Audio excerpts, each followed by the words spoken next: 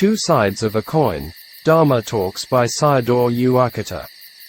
And A Noble Search, Dharma Talks by Sayadaw Candima, Sandima. Appendix of Dhamma Talks by Sayadaw Ukkaṭṭha and Sayadaw Candima, Sandima. Here I want to include some teachers' teachings on samadhi and pain related to sitting meditation.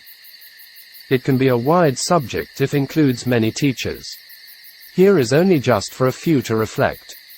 Whoever is a samatha yanaka yogi or vipassana yanaka yogi, in practice, she has to encounter pain and learn how to deal with it.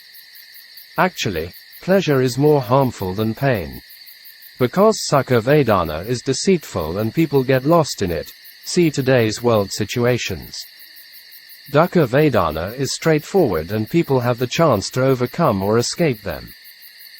How to deal with pain, there is no fixed rule about it. Teachers have their own views, and sometimes they are opposite to each other. For example, one teacher said that in samatha or samadhi practice, when pain occurs while sitting, one cannot change or correct the posture, but in insight, vipassana, practice, one must change or correct it. Another teacher said the opposite. We can develop our meditation only by practice and experiment, not copying from others. We must learn from other teachers and do the experiments they teach with them as well. For most people in the beginning of practice, sitting for a long period is impossible and because of pain can give up meditation very easily. It is better to increase the time period little by little with the practice going on. The best way is making the practice become the way of life, i.e., mindful exercises in daily life. The Mahasi meditation system is good for this. Actually, the Four Noble Truths or dependent co-arising are intertwined with our daily life, and only we don't know about them. Someone has mindfulness in daily life, practicing the Four Noble Truths in accordance with the 12 links of Dhamma process. But for common people they are creating the two truths of dukkha and samuddaya in daily life for wandering in samsara on and on. Only by direct practice and experiment can we understand pain and find a way out to overcome them. One of the beneficial ways in daily life practice is using the Dharma, especially the teaching of Paticcasamuppada with contemplation in daily life experiences. There are many Buddhists in Burma to study or listen the teachings of Mogik Sayadawji's talks on Dhamma process and practices, or some of the teachers who taught in his style and system have great benefits. Some people understand it very clearly and using the teachings in their lives change their behaviors and overcome problems and difficulties. I get this information from Ven Adhikaramzi's talks. He had given a lot of Dhamma lectures in the whole Burma and I met many Buddhists who really changed their lives for the better. It was like the education of the Chinese sages who changed people's lives, who really put into practice in societies. We can change people's life only with wholesome education and noble education. Another key point in understanding of Dhamma teaching is through reflection that we can let go of our egoic views or selfishness, and so temporarily reduce much of the suffering we experience. With the self-view or unwise attention, it'll create or make the problems or suffering greater. With the right view and thinking, sitting meditation becomes easier and good for dealing with pain. If we take pain or view them with self, it becomes more unbearable or increases the mental suffering. We view and contemplate pains or unpleasant feelings as not self, anatta, empty of essence, sunna, and stranger or alien, parajana, and become sati and panna. There were some who didn't know anything about dependent co-origination before and practiced with the wrong view. Even though they were tough, people couldn't bear the pain. After they had the right view and let go of the self and selfishness, they could contemplate pains as separate from the mind and see them as alien. They discerned pains as something in front of them. In one of Mogik Sayadaw's talks on dukkha vedana, he said if dukkha vedana starts arising, contemplate it as quickly as possible, and it becomes less severe. Actually, pain is not bad as most people think, only we identify it with oneself and fear that it creates a lot of suffering to the mind. A Mahasi teacher, during the samatha practice with pains, aches and tiredness can change and correct the postures. In vipassana practice, you can't change it. Contemplate it with patience and endurance. In this way, you can understand the nature of the khandha. At Tav Ku Meditation Center, in southern Burma, Morn State, at least yogis have to sit for 3 hours. Some elder female yogis could sit for 5 or 6 hours. We also see elder female yogis in Thai forest monasteries on the Uposatha days. They came to the monasteries and practiced for 24 hours even without sleep. Sometimes they sat there for many hours. Therefore, Thae Ingu Sayadaw had said that there were many women in heavens and more women were attaining Dharma than men. More women than men also listen to Dharma talks and make merits. Where will the men go? Closing parenthesis. Practicing with patience and endurance to overcome dukkha vedana. Overcoming Vedana does not mean there is no Vedana. From dukkha Vedana it changes into Sukha Vedana or Upekkha Vedana. The yogis are not afraid of dukkha Vedana if knowing its nature. Later, yogis could sit longer and overcame Vedana and learned about them. Thae Ingu Sayadaw said in his talks that it was practicing for dying. Experienced yogis do not fear death when dying. Should not contemplate dukkha Vedana with the desire of wanting it to go away or disappear. This includes desire, lobha. Another way is contemplating with dosa to totally extinguish it. Yogis have to abandon both extremes.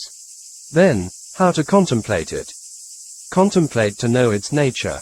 This is feeling or experiencing nature, not a being nor a self-nature. One yogi asked this question.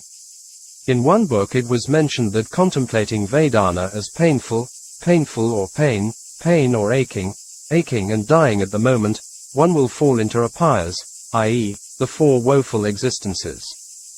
Therefore, how to contemplate it? Not listening to the Dharma, i.e., Sanata Dharma, Paticcasamuppada Dharma, etc. Not having any knowledge of the Dharma, and dying with only concepts or wrong views and thoughts, one will be oppressed by dukkha Vedana at the time of death and look at one's body in great pain. This is unwise attention with ditthi and tanha. At that time, there is body pain and mental pain. If you die like this, you will fall into apayas. The yogi's contemplation is not including bodily concepts such as head, body, hands and feet and should not pay attention to them. He pays attention only to its intrinsic nature of paramattha dharma. Noting the pain of object as pain is sati and knowing of its nature is panna. Therefore, noting with sati and panna, and he will not fall into apayas at the moment of death. It seems that this is not simple, because the mind's response to pain is the focus. If the mind with aversion, irritation, etc., it's not easy to overcome it. Instead of the physical pain, it is better to contemplate the mental pain, feeling, as Thae Ingu Sayadaw says, it is better to do so. See Sayadaw's teachings and instructions.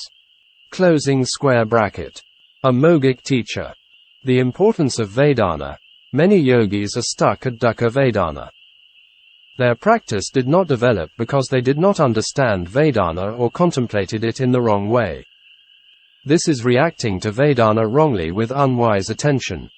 One also cannot overcome it with wrong views.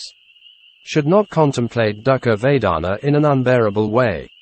There are 4 faults dealing with dukkha Vedana unbearably. These are: 1. Dukkha Vedana becomes stronger. 2. Samadhi falls down. 3. Wanting it to disappear. 4. Vedana covering the mind and delusion comes in, and does not know one's situation.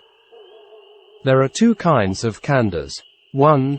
The original khandha, i.e., the physical body and can see with the fleshy eyes. 2. The arising khandha. This can only be known with the mind eye. They can be called conceptual khandha, panati, and intrinsic khandha, paramattha. The yogi has to contemplate the arising khandha. If one does not overcome the pain when dukkha Vedana arises, the mind also becomes painful because of the mix-up of the two khandhas. We see pains with normal eyes. This is seeing with self-view, attato anupasati. Have to contemplate the arising khandha with knowledge I, nana I. When discerning anicca, only the body is in pain and not affecting the mind.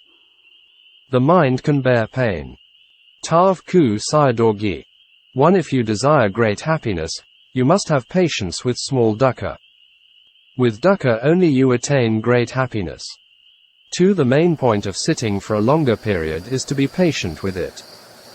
Therefore, during the contemplation, you must be patient with endurance. 3. Don't be afraid of dukkha vedana. With patient contemplating of dukkha vedana, I will develop mature samadhi quickly and not very long. I will experience strong coolness. In this way, refresh and uplift your mind and contemplate with persistence. After overcoming of dukkha vedana, I will encounter happiness. 4. In Dharma practice, you have to practice with patience and don't change the body very often from this side to the other side, like roasting a mok lay pui. Mok lay pui is a kind of Burmese cheap sweet food made with rice flour and sugar in a thin slice. This slice of sweet food has to be roasted on a charcoal stove and has to turn both sides very often, and then it expands. Sayadaw himself is a very good example of patience and endurance with pains in sitting meditation. He taught what he himself had practiced. All Mahasi centers only sit for an hour with walking meditation. At Sayadaw's center, yogis have to sit for at least 3 hours. Ta Tom Min Gun Sayadaw, Mahasi Sayadaw's teacher. Don't make it arise or vanish, but know it arises and vanishes. Making it arises is lobha, or making it vanishes is dosa. Not knowing the arising and vanishing is moha. Contemplate with patience the unbearable and different kinds of dukkha vedana until their end without changing the posture. At that time, you should not relax your noting or contemplating. Giving up your khandha and life for changing with Dharma and with persistence and courage you have to note or contemplate them. Only you discern dukkha sakha that you will see the path of extinction of dukkha. Kilesa has the nature of burning like fire.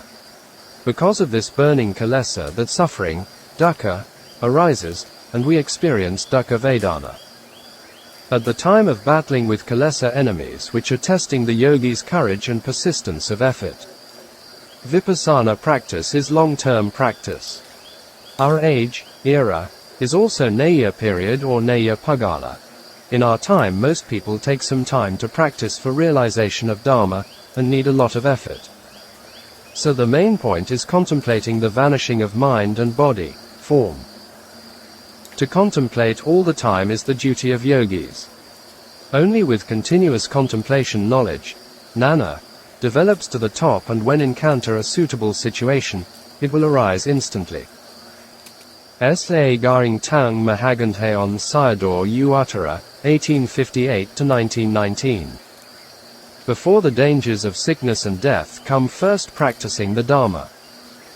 If you fear the great sufferings of apayas, woeful existences, and try to be patient with small sufferings.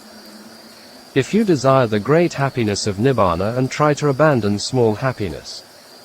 On Samadhi. Here I include on Samadhi by 2 teachers, a Thai forest Ajahn and a Chinese Chan, Zen, master. These are only in gist. If people are interested in their teachings, they can search on the internet. The Thai Ajahn was Lung Por Tate Dasaramzi, a senior disciple of Lung Por Mun. There was an autobiography by him and translated into English as an autobiography of a forest monk. The Chinese Chan master was Master Xuen Hua, city of 10,000 Buddhas. There was a biography about his early life in mainland China and Hong Kong. Compiled and written by his Western disciples in 2 volumes. On Samadhi by Lung Por Tate is taken from a small booklet called Buddho, translated by Ajahn Thanissaro, Buddho Mantra Meditation. The Buddho mantra is quite well known in the Thai forest tradition and is used by many famous Ajahns, e.g., Ajahn Mun. Once, when he was living in a forest in northern Thailand, he taught some hill tribesmen to recite it, and achieved good results. Using it with breath meditation, Anapana, is also very good. Its meaning also reminds us that we must always be awake. So it is a good meditation object that combines the Buddhist mantra Buddho with the breath in daily life. Also, it is very easy to practice by all, even for children. In Chinese Mahayana tradition, the mantra Ami to Pho or Amitabha is quite a common practice. They have many records on Chinese practices from a long time ago. One of the Chinese monks who became adept in Amitabha mantra was Guangqing Old Monk. He was quite skilled in samadhi and could stay in samadhi for many days. At the age of 95, one day he was sitting on a cane chair and said to his monks and nuns as follows: "No coming and no going. No more business," and closed his eyes in samadhi and passed away very peacefully. No one knows the time of his death because he was used to sitting in samadhi like Bhikkhu Sayadaw. There are many similarities between them. Both of them were sitta practices for their whole life, very few words and quiet, adept in samadhi, attained psychic ability, etc. Bhikkhu Sayadaw's practice was also very simple with anapana in all postures. One Dharma, Echo Demo. Once Sariputta asked a female wanderer a simple question: "What is the one Dharma to Nibbana?" Quote. She could not answer, so Sariputta gave her the answer: "With Vedana can arrive at Nibbana." There are many of one Dharma to Nibbana. Some even think without the knowledge of Abhidhamma it's not enough for realization. If this is true, there would be no realization in the Thai forest tradition. Nor would there be a 7-year-old novice arahant in the suttas. One of the well-known Mahasi meditation teachers mentioned the stories of some children who practiced the Mahasi system. They told their direct experiences in a very simple way without any knowledge of books. They could enter Phala Samapatti, fruition state, after testing by teachers. Some Buddhists, they have strong desire for coming and going in samsara to save all living beings. But they do not know that they are deceived by Kilesa Mara of Bhava-tanha. It was like the coolies at the seaport. They are carrying heavy rice bags coming and going for sensual pleasures. They prefer to carry more and more rice bags on their backs than put it down. Likewise, they took dukkha as happiness. Even the Buddha could not help everyone. Don't talk about saving them. Buddha is not a savior. You have to save yourself. So don't be confused, otherwise, it will become empty words. Lung por tates, Buddho. Before practice meditation, you should first learn the differences between the heart and the mind. In Thai, jy or jai and jit. In Pali, mano or chitta and vinana. They are not the same thing. The mind is what thinks and forms perceptions and ideas about all sorts of things. Jy is what simply stays still and knows that it's still, without forming any further thoughts at all. Their difference is like that between a river and waves on the river. When the waves are still, all that is left is the clear bright water of the river. All sciences and defilement are able to arise because the mind thinks and forms ideas and strays out in search of them. You'll be able to see these things clearly with our own heart once the mind becomes still and reaches the heart. Water is something clean and clear by its very nature. If someone puts dye into the water, it will change in line with the dye. But once the water is filtered and distilled, it will become clean and clear as before. This is an analogy for the heart and the mind. Actually, the Buddha taught that the mind is identical with the heart. If there is no jy and there is no jit. Jit is a condition. The heart itself has no condition. In meditation practice, no matter what the teacher or method, if it's corrected, it will have penetrated into jy.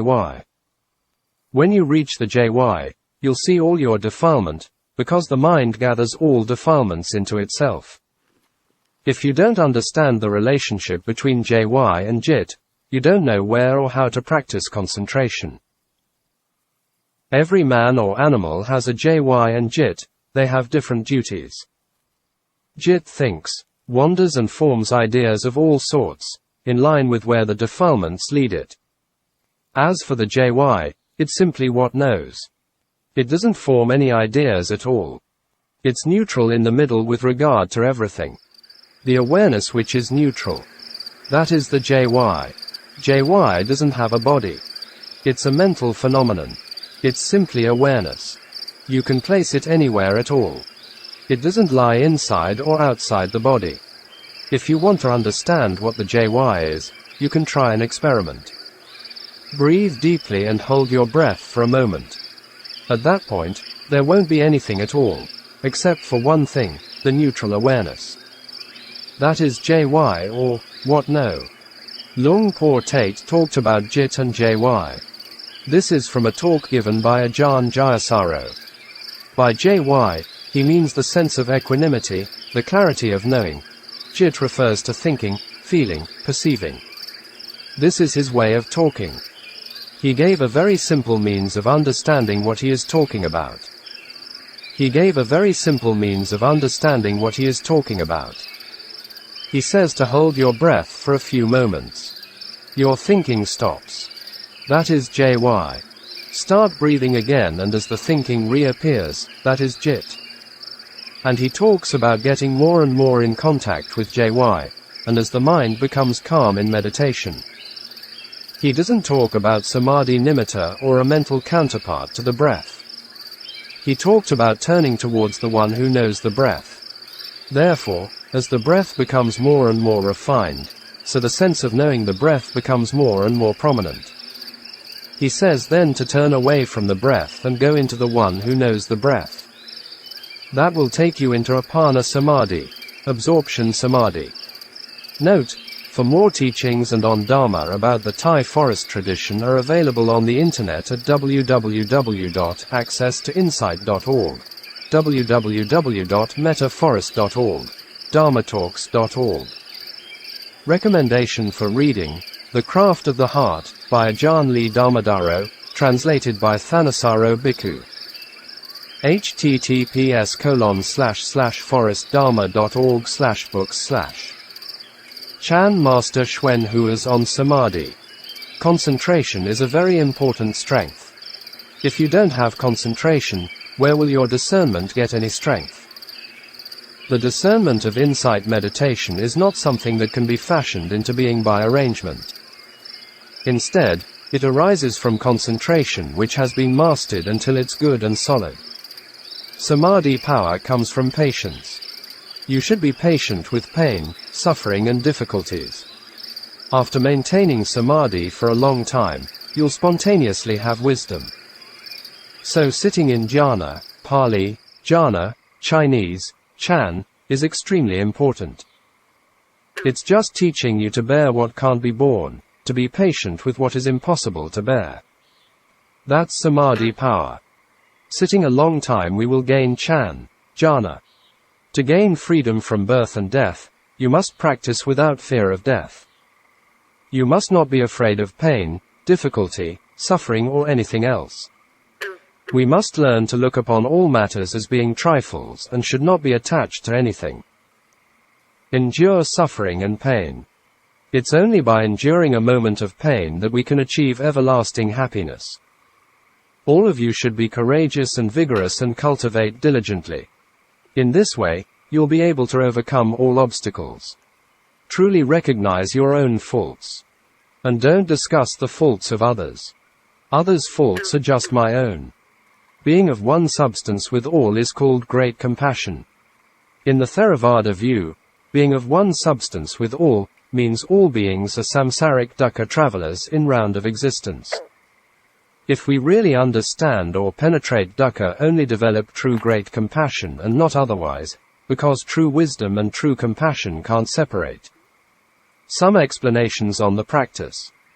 Here I want to clarify 2 points mentioned in Sayadaw U Candima's talks. These are Mahapalinka, in Burmese, Mahapalan, and the 3 levels of Samadhi, Bhavangas, or the 3 stages of purification of the mind, or 3 Bhavangas. Candima's usage of Mahapalan means full lotus posture meditation. Actually, full lotus is a yoga posture. Therefore, I translate it as diamond meditation. Here, the 3 levels of samadhi, or 3 Bhavangas, is more important. Without these 3 stages of samadhi, full insight is impossible. See his bio talk. The first Bhavanga refers to the first jhana. The second Bhavanga refers to the second and third jhanas. The third Bhavanga refers to the fourth jhana. To understand them clearer, I recommend the readers to read his book, Theravada Meditation Art and Methodology, on www.amazon.com, ebook. Another important sutta in his practice is Minnesota 148, Chachaka Sutta, the 6 sets of 6, Majjhima Nikaya. The 6 sets of 6 are 1. The 6 internal bases, Ayatana. 2. The 6 external bases, Ayatana. 3. The 6 consciousness, Vijnana. 4. The 6 contact, Phassa. 5. The 6 feelings, Vedana. 6. The 6 cravings, Tanha. A yogi must know these 6 sets of 6 directly in the practice. If not, the practice is still not right yet. See his bio talk. But the Bhikkhu Sayadaw and his way of practices are not the same. Candima himself mentioned this point in his talk. There can be many ways of practice to realize Dharma. I also encourage readers to read the practices of the famous Thae forest tradition. Some Dharma reflections. A Buddhist view. The following story is from Sathagu Sayadawji's talk on the lump of foam, Phenapindapama Sutta, SN 22. 95, Kanda Samyutta. Near Sho Bo area in Upper Burma, some yogis were using sunnata as meditation, kamathana. They reflected as, no fathers, no mothers, no wives, no sons, etc. To all external objects with concepts and their body shape and form disappeared. For example, the head of the body disappeared, the lower part disappeared, and then they thought if we continued to contemplate it could be wholly disappeared without me. They became frightened and afraid. Sayadaw's story ended here. My reflection, the Sunnata Vada, doctrine of emptiness, of some Buddhists also might be like this. They thought, I don't want to be disappeared, so they were scratching their heads and thinking of ways to solve the problem. Therefore, a popular view of Buddhism arose. This was coming and going to save everyone in samsara until it was empty. The problem is that coming and going again and again are endless and feeding craving for becoming, bhavatana. Tanha never has contentment, it's always in discontent and asking for more and more. As a ditthi character, they have eternalism, sasata. They are difficult to help and liberate, and playing hide-and-seek games in samsara hide away from the Buddha and noble disciples. Why did Buddha Dharma disappear in India? Some years ago, I read an article by the Indian writer Rahula Samkika on why Buddhism disappeared on Indian soil. It was in the Mahabodhi Journal number 81, September, 1973 issue. Sankrityayan, R. 1973, The Rise and the Decline of Buddhism in India, Mahabodhi Journal, Calcutta, Volume 81, pp. 328 to 349. Here I don't want to mention anything the writer had said in it. I am quite sure there is already research, books, articles and essays on this subject. This thing is also mentioned by the Buddha in some suttas. Buddhist monks are the protectors of the Dharma, and if they keep the original teachings, do not change or add to them, and put them into practice, it will last much longer. There are 2 sasanas, the internal and the external. The internal sasana is to put the Dharma into practice and become one's own. The external sasana is the records of the true Dharma in accordance with what the Buddha had really taught without changing and adding. Both sasanas are important, but the most important of the two is internal sasana. Both of these sasanas are now still available. So we should not miss this chance. Combining all the Buddhist traditions, there are two ways for practice. The Noble Eightfold Path, which the Buddha taught, and the Bodhisattva ideal by later monks. For these two teachings and practices, an analogy has appeared to me as follows. In the middle of the ocean, a ship was wrecked with people on it. After some time, another ship with a captain and sailors came to rescue these people who were struggling and swimming in the dangerous water with sharks and harmful sea creatures. Not all the shipwrecked people wanted to climb on the ship. Some refused to go with it, and the captain asked them what was the reason. They answered, "We don't need your help. We'll find our own way to cross the ocean and reach the other shore."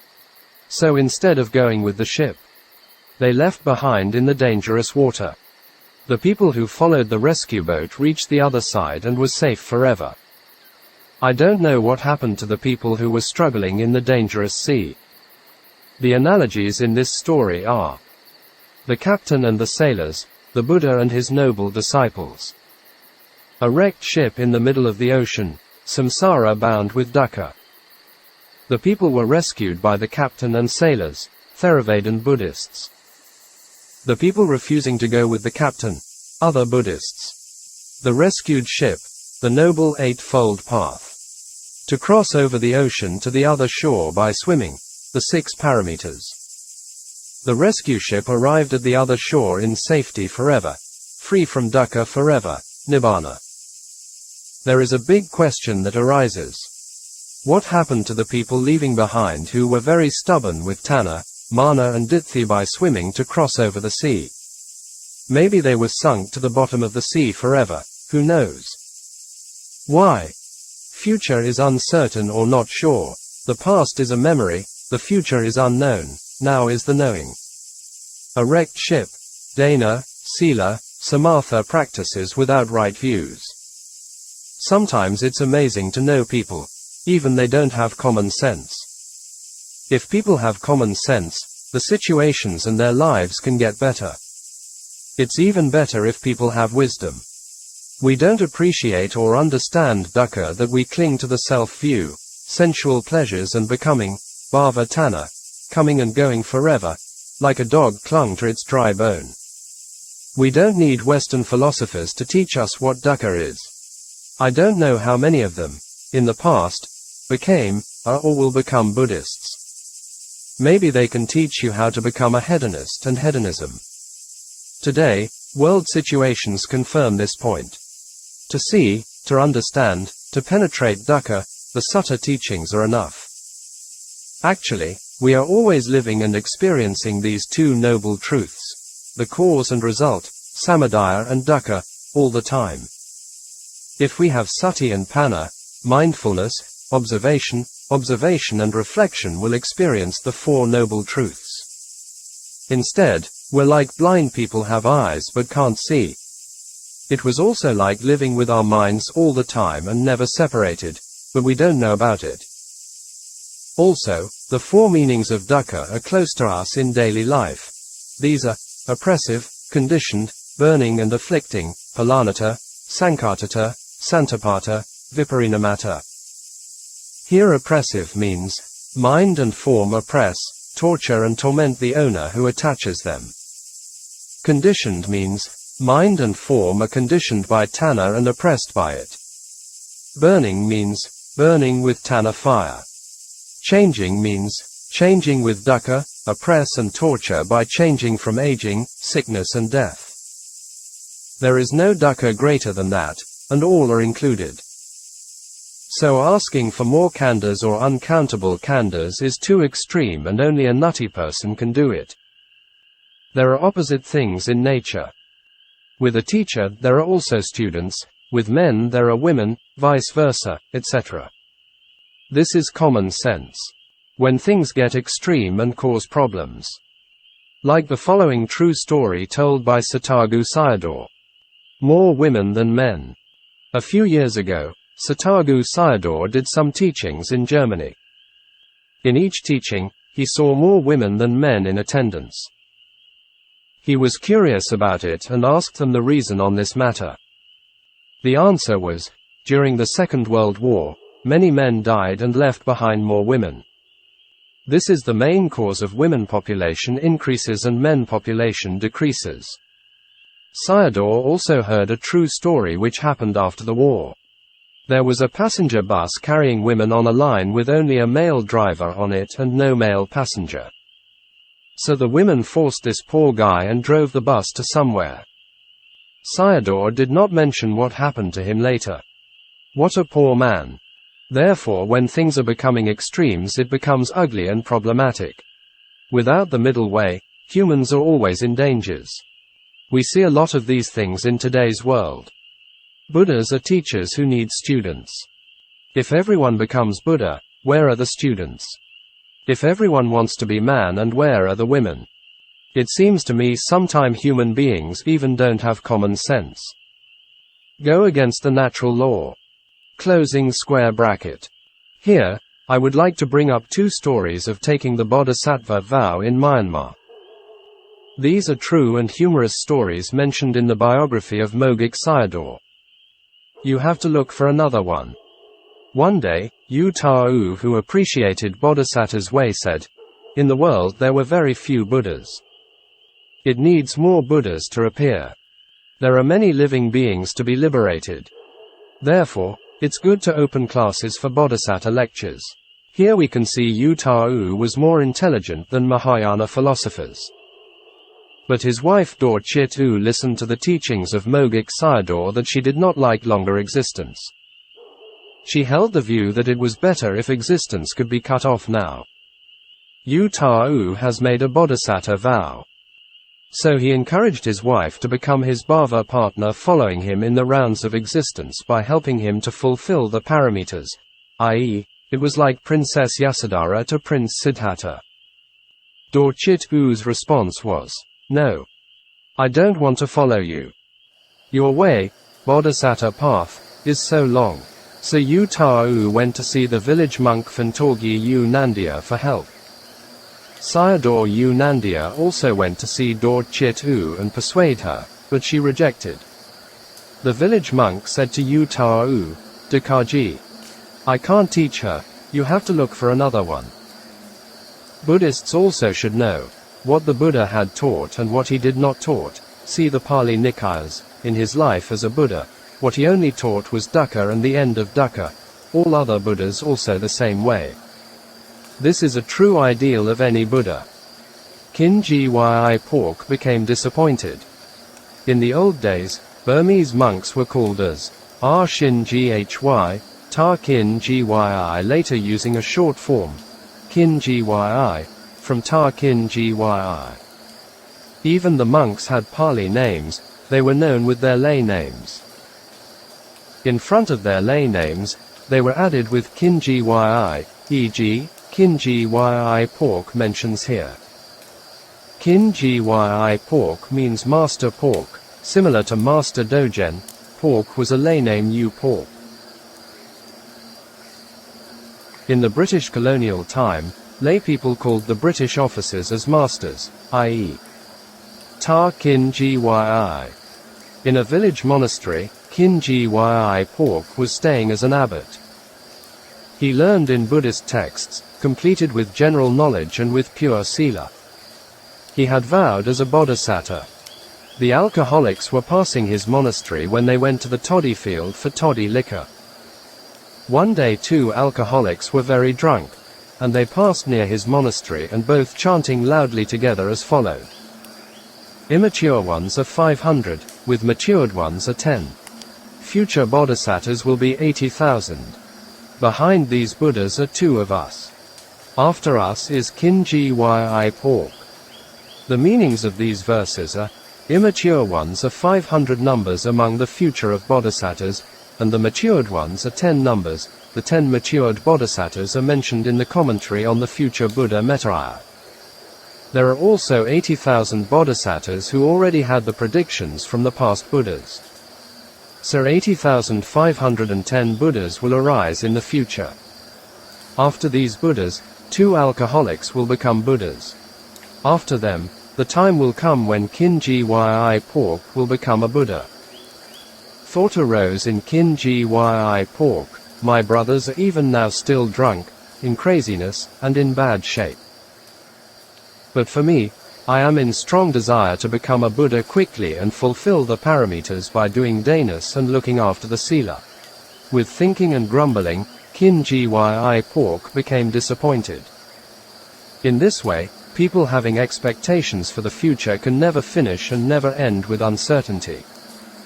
In the Dharma talk on Bodhisattva and 24 Buddhas by Sayadaw Drive, Nandamala Vamsa had more information on Bodhisattvas. Our Buddha Gautama as Bodhisattva met 24 Buddhas. Before he was born as Sumedha hermit, that was the time he met Buddha Dipankara and got the prediction from him. He had been followed the Bodhisattva path a very, very long time ago. He was thinking about the Bodhisattva path for 7 incalculable eons, a Sankhya Kappa, and making vows and prayers for 9 incalculable eons. So to become a true Bodhisattva for 16 incalculable eons. Adding with to fulfill the 10 paramitas 4 incalculable eons, totally become 20 incalculable eons. There are 3 types of Bodhisattva according to their characters. Faith character has to fulfill paramis for 16 incalculable eons as true Bodhisattva. Viriya character has to fulfill paramis for 8 incalculable eons as true Bodhisattva. Wisdom character has to fulfill paramis for 4 incalculable eons as true Bodhisattva. 1 incalculable eon is equal to 10,140, adding 140 zeros behind 1. Some Buddhists think Bodhisattvas are staying in some Buddha lands and heavenly paradises, coming and going to save beings. Jataka stories on Bodhisattva were the opposite. A Bodhisattva still could fall into woeful existences, a payabum, because of Sakaya Ditthi. How can a Bodhisattva fulfills his 10 paramis by staying only in heavens and Buddha lands? Human IQ could be divided into 5 kinds. This is my reflection: fool, intelligent, intelligent fool, wise and intelligent wise. Who are the intelligent fools? With the modern world, many can be mentioned. For example, some politicians, some leaders, some economists, some businessmen, some scientists and some technologists, e.g., misuse of AI technology. Why are these people intelligent fools? They misuse their intelligence harmful to societies and nature. The wise and intelligent wise are the ancient sages and Buddha with noble disciples. If we follow the wise and intelligent wise, we'll never go wrong, otherwise in great disasters. In the Bhaddakaratta Sutta, Majjhima Nikaya, Sutta No.